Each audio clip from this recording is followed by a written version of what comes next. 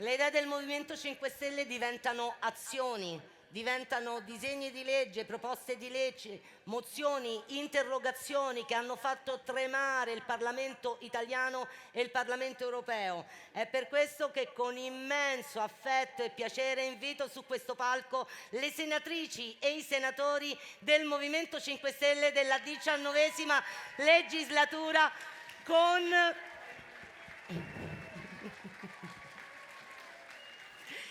il mio capogruppo Stefano Patuanelli.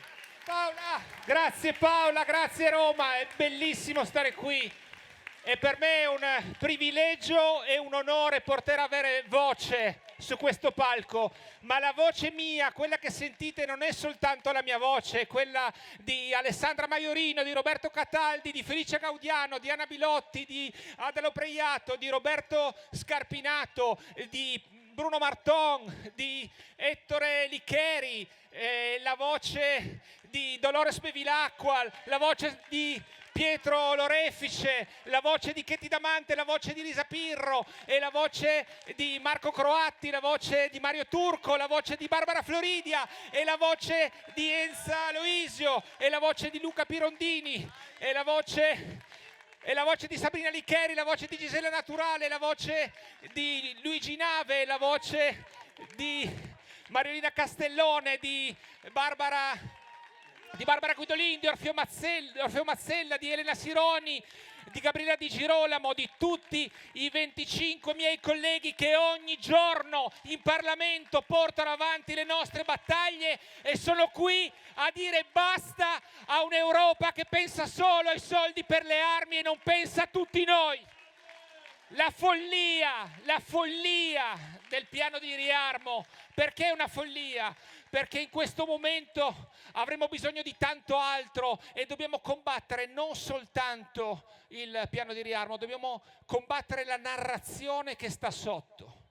Quella narrazione che ci fa pensare che piano piano dobbiamo convivere con la guerra, che diventa naturale pensare al conflitto e quindi dobbiamo avere un piccolo bunker sotto casa, dobbiamo avere lo zainetto per le 72 ore.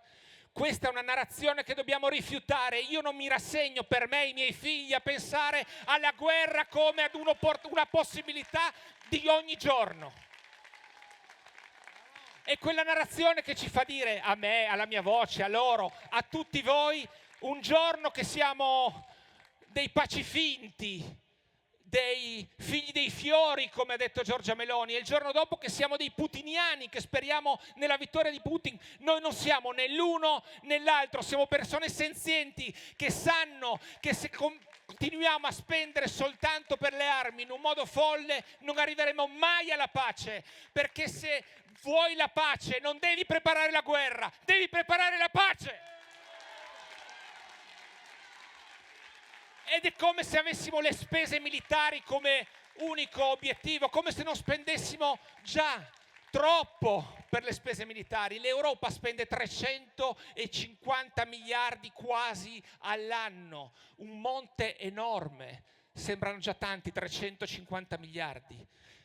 Se pensiamo, sono 10.000 euro al secondo. 1, 2, 3, 30.000 euro già spesi in armi. Questo lo diceva sempre una persona che voglio ricordare in questa piazza e alla quale vogliamo dare un grande applauso, Gino Strada.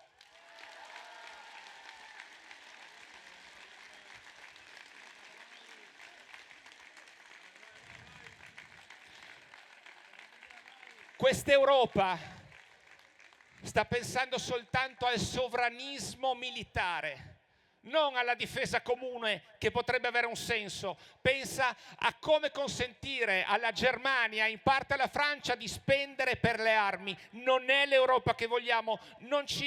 Ovviamente non ci sorprende. Ursula von der Leyen è stata ministro della difesa in Germania. È evidente che cura quegli interessi, ma non interessa a noi quello che vuole von der Leyen, a noi interessa che l'Europa torni ad essere una comunità, come è stato ad esempio in quella fase importantissima del nostro paese, quando Giuseppe Conte ha ottenuto per tutti il Piano Nazionale di Ripresa e Resilienza. Quella era l'Europa che pensava come comunità, non quella di oggi.